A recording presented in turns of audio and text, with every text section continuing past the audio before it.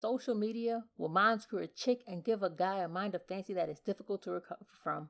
It's a consistent attack on your self-image and your self-confidence. I don't care who you are, what you look like. We post pictures, comments, and videos, etc. for the lication of other people. We do those things for the approval of another person or other people to get that one person's attention, whether it's a celebrity or just somebody we know up the street. And I find myself in that situation sometimes.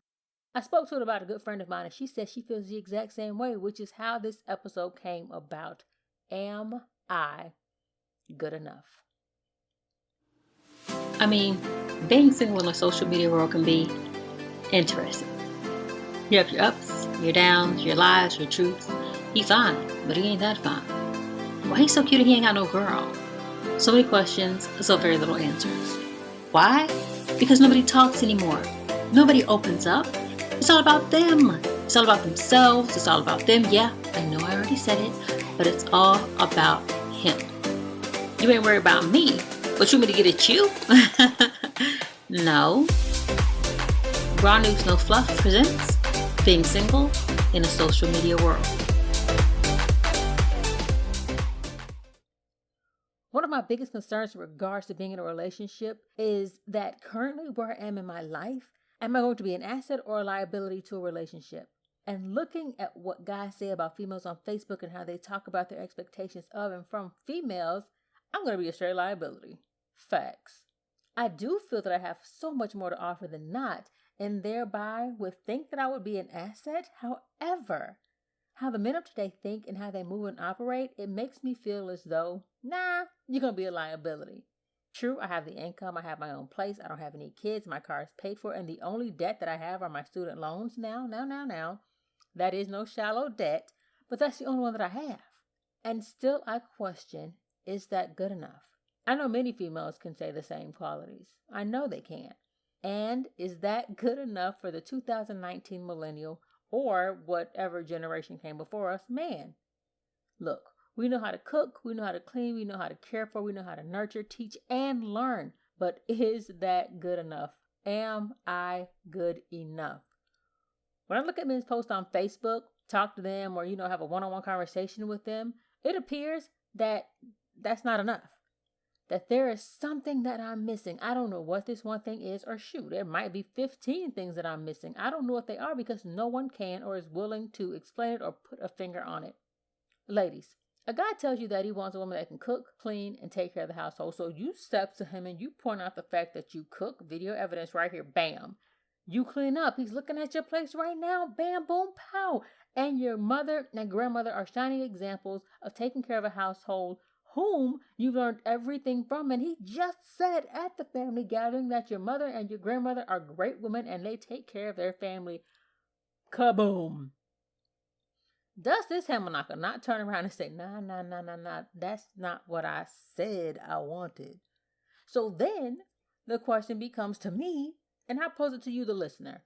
Do guys actually know what they want? They always say women don't know what they want. But I've come to the realization that men don't either. Or are they just hoping that they never find that one thing so that they can use that excuse? See, I was looking for that great thing and I could never find it. So I just gave up on it because women aren't the same as they used to be back in the day. And that's why I won't settle down and stop sleeping around with chick after chick.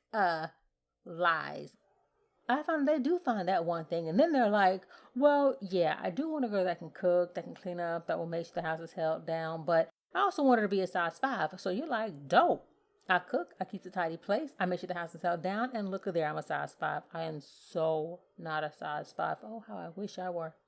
Then he clears his throat and said, I want a girl that can cook, that can clean up, that'll hold the house down. I also want her to be a size 5 and she doesn't have any kids. So you bounce back, rad. I cook, I keep a tidy place, I make sure the household is held down, and look at there, I'm a size 5 with no kids. Again, he clears his throat and says, I want a girl that can cook, that can clean up, that will make sure the house is held down. I also want her to be a size 5 and doesn't have any kids, and she has a scar above her left eye, 3 tattoos somewhere on the left side of her body. Her ring fingernail is broken on one of her hands. She's left-handed but plays sports with her right hand. She has 3 sisters and a cousin named Kiyoshi, and she has a dog that died 2.34 months ago in a drive-by.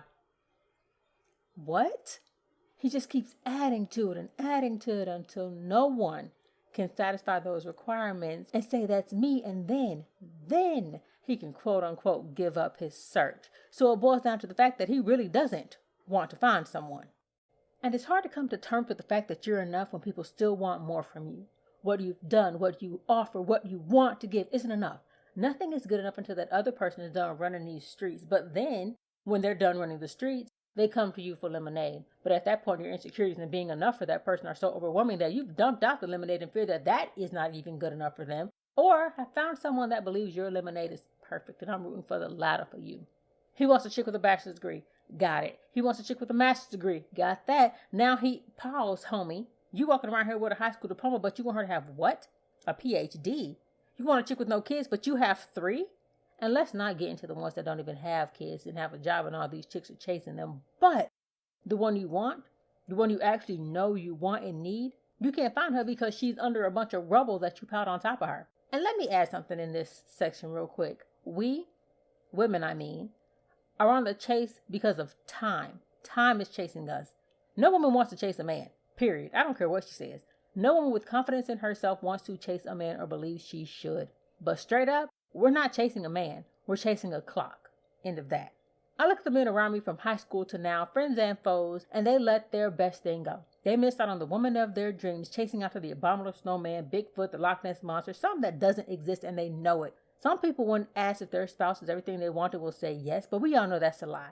See, I wish we had to write down exactly what we wanted in a person, lock it up in a vault somewhere, and then when we get married, bring out that list and see that that person is nothing like the one we dreamt up in our head, and for men, heads, plural. They keep adding and adding to it and lose sight of the foundation that they set for themselves. Further, they don't want to dig through these thick layers on top of thick layers to get to the core of what they really want. And now, when they can't find the woman that they actually wanted, that they passed by, she's no longer available because somebody else recognized her value and her excellence and her perfection and scooped her right on up. And even still with that hope, I continue to ask myself, am I good enough? Even with that belief that someone great will recognize my greatness, many of us still question, are we good enough? I feel like the simple fact that I have so much to offer that's displayable, including my student loan debt, it's crazy because no one is checking for me. All this I have to offer, and no one is checking for me. Or at least openly and seriously saying anything. All the hints and whatnot, I don't dig them. I feel like people are still standing at arm's length for me because of something that I can't adjust because I don't even know what it is. There is nothing intimidating about me. Nothing. Or at least I don't think so. I'm approachable, I'm fair, I'm friendly, I'm fun. I'm all those F words. Right. I'm a social butterfly. I don't know what it is. I have standards and expectations. Sure. You darn tootin'. But even with everything I feel I have to offer, I feel I must be lacking on something because I don't have that relationship. Something that drives me batty is that I find myself asking, am I good enough? But I also find myself asking, am I good enough for who? Brady, are you good enough for who? Who are you trying and wanting to be good enough for? See, it's easier thought than said and easier said than done. And I know I should be making sure I'm good enough for God, and God will make sure I'm good enough for the man he has for me, and God will make sure he's good enough for me and that he will bless us with each other. But I'm so focused on my flesh right now, it's insane. On the shallowest of ends, I want to be good enough. I don't know anyone that lives their life thinking, I don't care if I'm good enough. No one.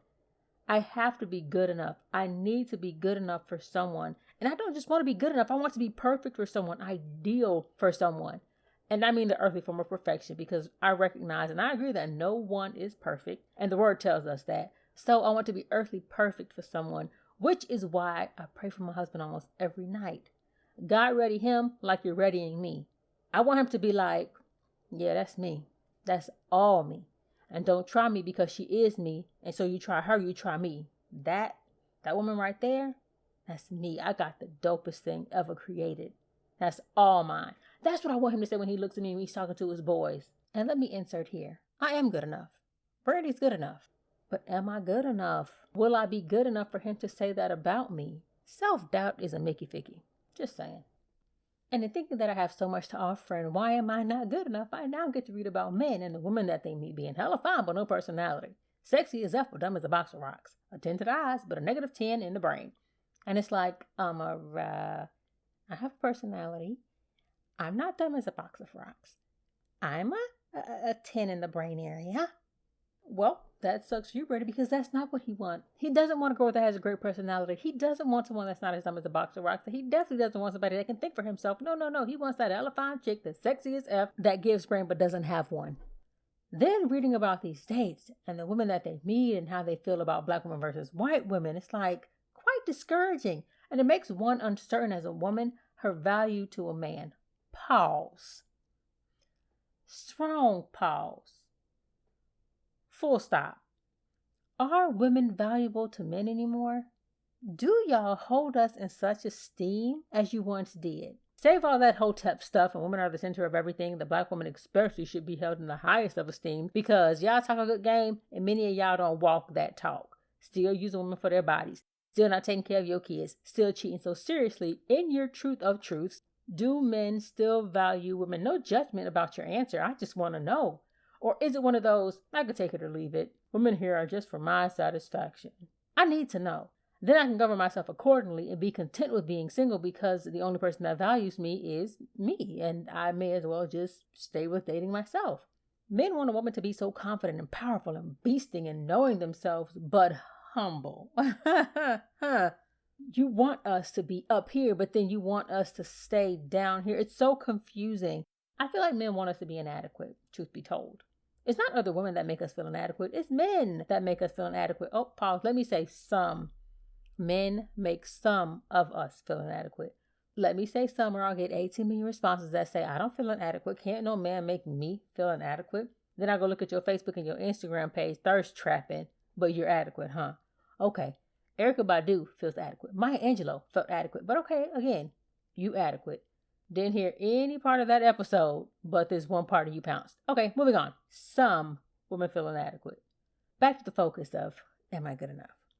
Men create an inadequacy in females because they drool over the perfect face and bodies that were chiseled by the steady hands of these plastic surgeon idols.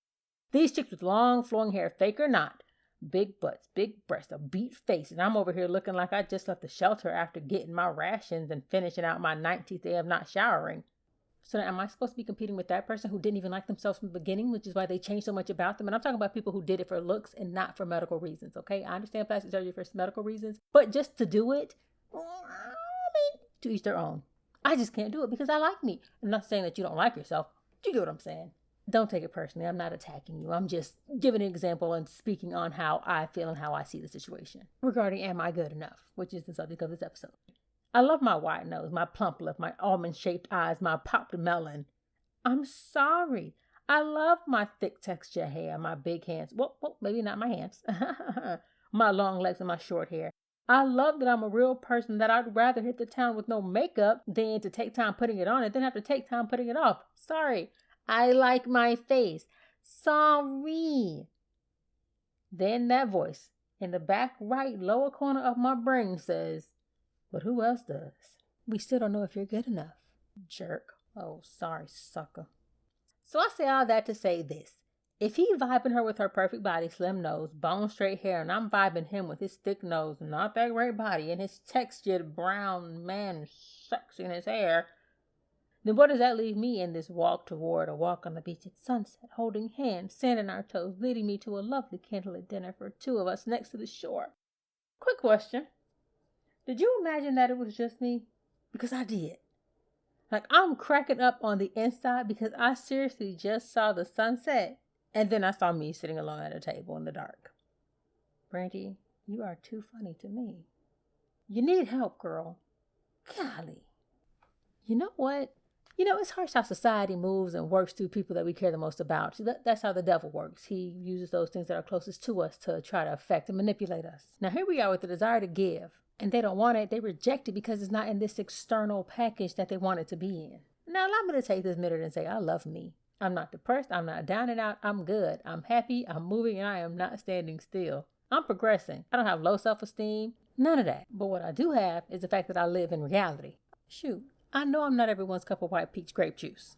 Yeah, I mean, maybe he just wants grape juice. I don't know. Now, to sum it all up, I really want to tell you to stop thinking that you're not good enough because you are. But I won't be practicing what I'm preaching, so I'd be dead wrong to say it. Although, I do mean it. Somebody out there, Stop thinking you're not good enough because you are. There are some aspects in your life, plenty of them, where you are good enough. So you need to live in that good enough sometimes. My confidence level, as aforementioned, is great. I'm confident in enough. I got style. Plus, I'm cute. Plus, I'm dope. Plus, I can cook. Plus, my personality is on point. Plus, I'm smart as heck. Plus, I'm reliable. Plus, you name it. But still, all that equals out to is, am I good enough? Ain't that some bull? Am I going to be an asset and not a liability? But the funny thing is, well, it's not funny because I'm not laughing. But the sad thing is, well, it's not sad either because I'm not crying. Okay. So the thing is, everybody is a liability in a relationship and everybody is an asset in a relationship. And still, knowing all of that, it doesn't change my questioning of, am I an asset or a liability? Or am I going to be one in a relationship? And is that the reason why serious callers haven't called or stepped up? No rush, God, because you bless no matter the hour. So I'm good. I just want that peace of mind to know I'm more asset than I am liability. And maybe that's where my question is. Am I more of an asset or a liability? That's the space I want to get to. Judge me if you want. My truth is my me. I'll talk to y'all next week. If you have any questions or advice, please share in the comment section of the YouTube or Facebook page. How are you dealing with your confidence? How are you equaling out to being good enough? Your plus equals I'm good enough. I want to do your math. Give me that equation. And don't tell me it's because God said so or because God is ahead of my life, because God said the same thing to me and he is ahead of my life as well. But my flesh is questioning it, not my spirit. So appreciate you. Oh, and miss me with that he's coming, Brandy. I read that and that's just you telling yourself that. So let me tell you instead. Hey you, he's coming when you least expect it. Boom. And here are the questions that were asked throughout this episode. The first one, do guys actually know what they want? Number 2, are women valuable to men anymore? Besides that we give you children. 3, how are you dealing with your confidence and how are you equaling it out to you being good enough? So, Raw News No Fluff presents Being Single in a Social Media World. That's our episode for the day, everyone. Remember, let's make sure we finished up those housekeeping things. You subscribed to this channel. You've left comments or you're leaving comments on comments, making your original comments. Just make it do what it do, baby. Let me know what you think. Definitely make sure you follow me, Brandy Grant, on Instagram at Brandy with the YL Grant. That's on IG. And be sure to share this link. Y'all don't understand how much I appreciate y'all. If you have any topics that you want to talk about, you want to hear about, you want to discuss, then send me a direct message on Being Single in a Social Media World on Facebook. Again, that's Being Single in a Social Media World. If you missed something, if you know someone that needs to catch something that was said on this episode, you can find this again on YouTube at Raw News No Fluff, on Facebook at both Raw News No Fluff and Being Single in a Social Media World, and on all podcast streaming platforms. Again, I appreciate you all for listening in this week. I look forward to reading your comments. I look forward to talking with you all soon. Talk to you next week. Violins, please. Being single in a social media world is an adventure, to say the very least.